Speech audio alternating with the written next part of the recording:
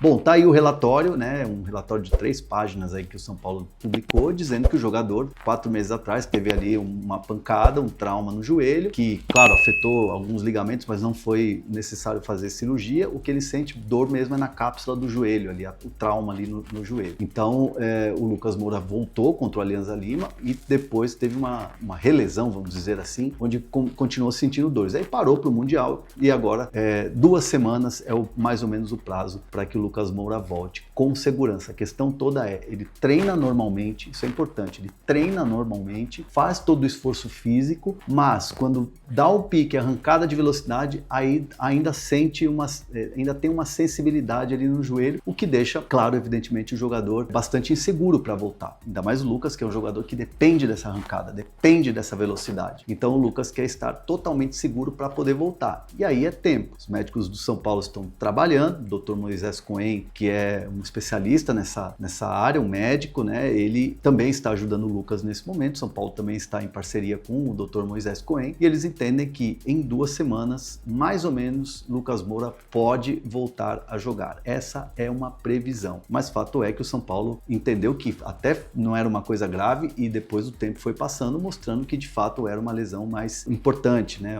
Era uma lesão mais grave, tanto que o Lucas Moura está quase 4 meses sem poder atuar. Mas essa é a questão agora. O importante o comunicado tá aí, né? O São Paulo soltou esse comunicado falando sobre a questão do Lucas. Isso é importante esclarecer para você, torcedor do São Paulo, que quer ver o Lucas Moura de volta e foi alvo de críticas, aquela coisa toda. Mas é um atleta que quando estará 100%, aí sim, seguro, ele vai voltar, certo?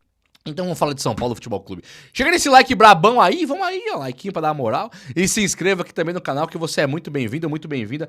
E eu faço questão de ter você por aqui, tá bom? Deixa eu começar o vídeo falando sobre o que tá pegando com o Cedric hoje. E é um assunto, você vai, Juba, você abriu um vídeo pra falar do Cedric Soares? Não, não é o caso. Mas assim, o Cedric, ele é o único lateral direito que nós temos hoje no time. Então assim, ele já jogou contra o Flamengo, já não foi tão mal, já foi muito mal contra o Red Bull. E agora, ele tem que pegar o Corinthians. Então assim, são 3 jogos pra um cara de idade avançada que vem de uma contusão de uma das mais longevas, né, das mais duradouras de todos os tempos. Então não dá pra você cobrar nem do Luciano, que jogue 4 ou 5 jogos seguidos, nem do André Silva. Como é que vai cobrar do Cedric, né? Isso você pode cobrar do Lucas Ferreira, caras que nem pisaram no gramado ainda com o técnico Crespo, né?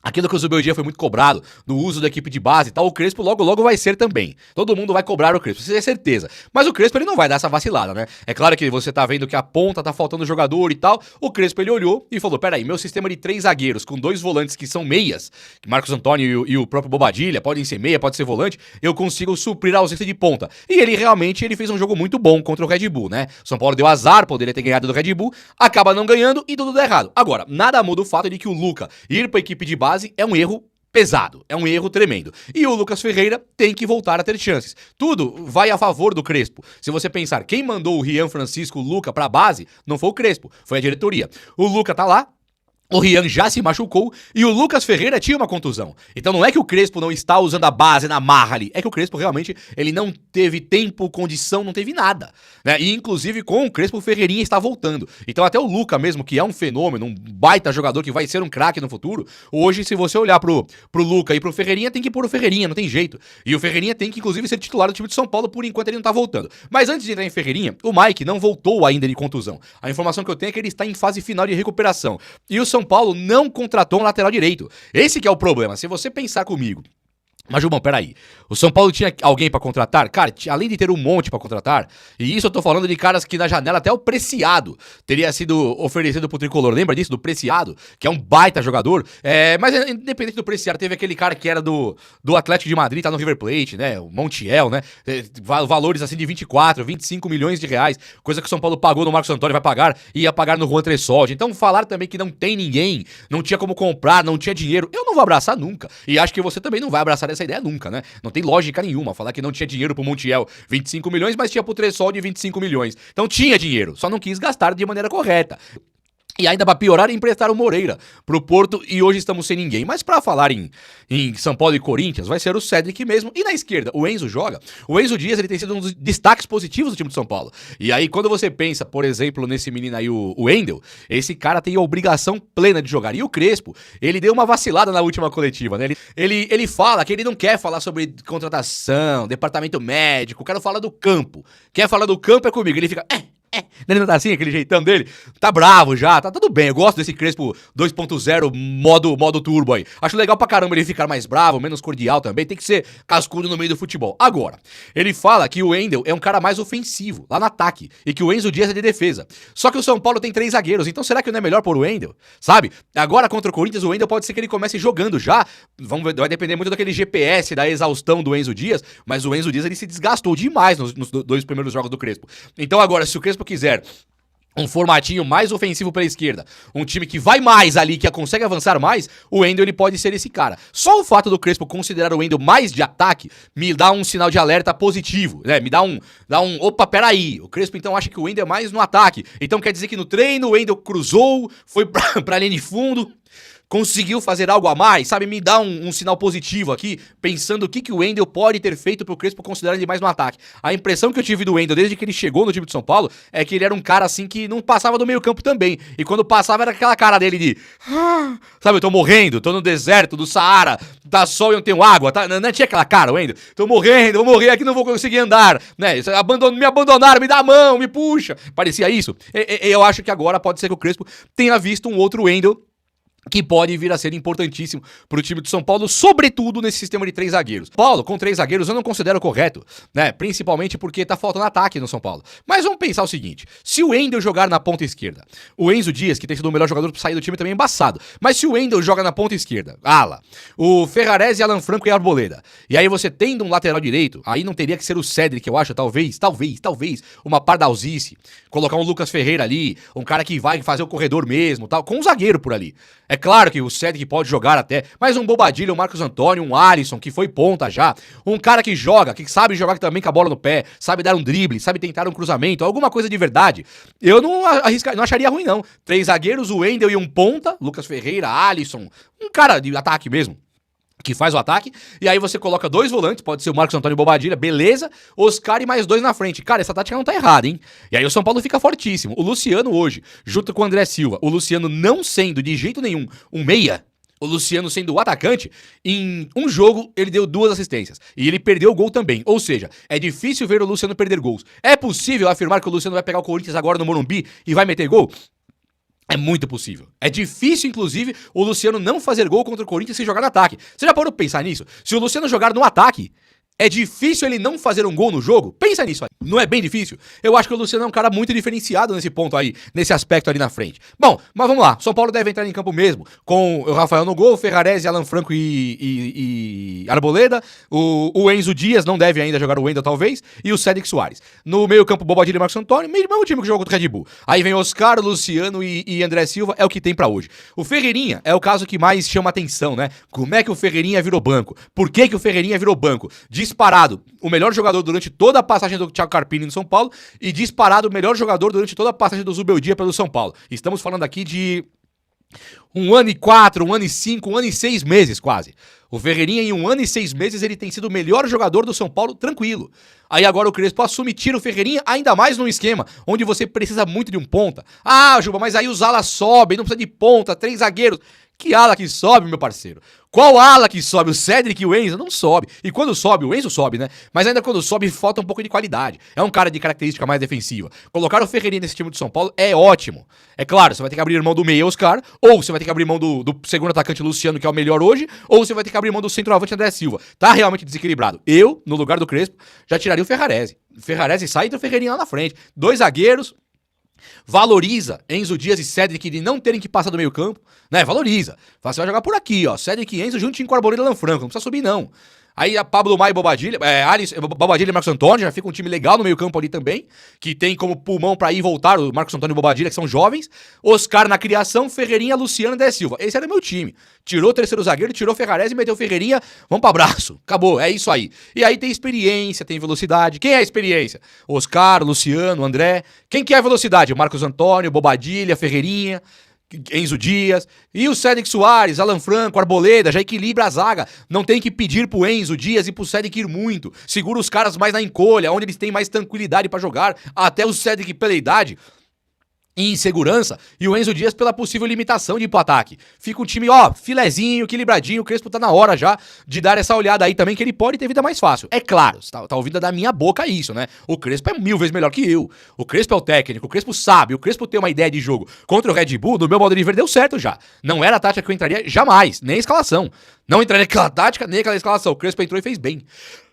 Fez melhor do que eu faria, do que você faria. Então tem que dar a volta de confiança pro Crespo, sim. Estou gostando, mas a verdade é que o São Paulo tá precisando de espaço ali na frente. Ferreirinha não pode ser banco do nada, concorda? Olha só, deixa eu falar com vocês aqui o negócio do Tapia, do menino atacante Tapia. O São Paulo corre contra o relógio pra poder inscrever o Tapia no bid, no Brasileirão, colocar ele pra jogar. Se isso acontecer, que deve acontecer hoje, sexta-feira de 18/7, se acontecer isso hoje, o Tapia está apto a jogar contra o Corinthians. Você ouviu que mais cedo...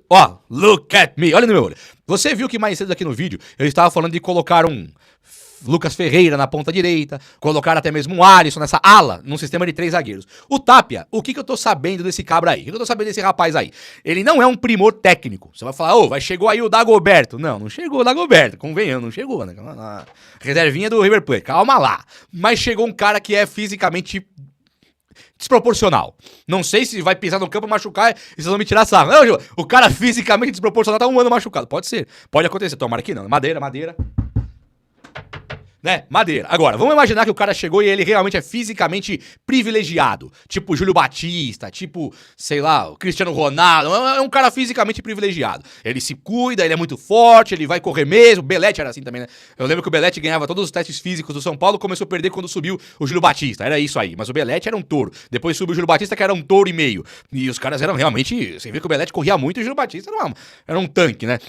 Esse Tapia é tipo o Júlio Batista, pelo que dá pra ver. Você olha até pra ele, teve um cara que me perguntou, ele não é centroavante? Tava olhando lá, o cara fortão daquele, parece centroavante. Ele não é, ele é ponta direita mesmo. Então, se do nada o São Paulo pega o Tapia e fala, opa, ele faz esse corredor aqui. Ele volta marcando, tipo aqueles caras do Corinthians, aquele Romero, lembra? Jorge Henrique, aqueles caras horrorosos de tudo, figuras assim que você fala, nossa, cara, que bosta. Mas ainda assim eram caras que disciplinados taticamente, iam e voltavam, faziam aquele corredor, né? O São Paulo dificilmente ele tem um cara que fica fazendo esse corredor muito, sem cansar, né? Teve o Marcos Guilherme, que não dá nem pra lembrar desse cara, né? Coitado desse rapaz. Mas aí o Tapia, ele poderia ser esse lateral direito, com um sistema de 3 zagueiros, ser um ala. É pardalzice? É. Mas aí você vai ter que cobrar do Belmonte. Nós temos que cobrar do Belmonte, que não tem lateral. Se você imagina, chegou um cara aí, tipo o Júlio Batista, menos técnico, o Júlio Batista era bom. Um cara forte pra caramba, que corre muito, atropela o marcador dele, vai até o fundo do campo, volta marcando que nem um animal, faz tudo bem de correr. Você não põe um cara desse na ala, num sistema de 3 zagueiros, fala, Tapia, se vira, amigão, você vai chegar lá, tem que driblar um lateral e cruzar. E quando voltar marcando, vai ter que voltar marcando fazendo corredor. Pô, é um cara jovem, tem acho que 21 anos, é um cara que o São Paulo já trouxe, é um cara que pode ser muito barato na hora da compra, 2 milhões de dólares, né? Pode ficar aí 10, 12 contos, se ele der certo, é barato. Se der errado, você manda embora. Não chega a ser um prejuízo, Tapia. Então, se chegar agora e conseguir fazer a lateral direita, eu não sei você, mas pra mim, eu acho uma ideia excelente de jogo. O que não dá é o Cédric. Olha, eu não quero ficar enchendo o saco do Cédric. Eu mexo com futebol aqui. Aqui pra mim é alegria, entretenimento, é delícia. Não é, vamos morrer aqui.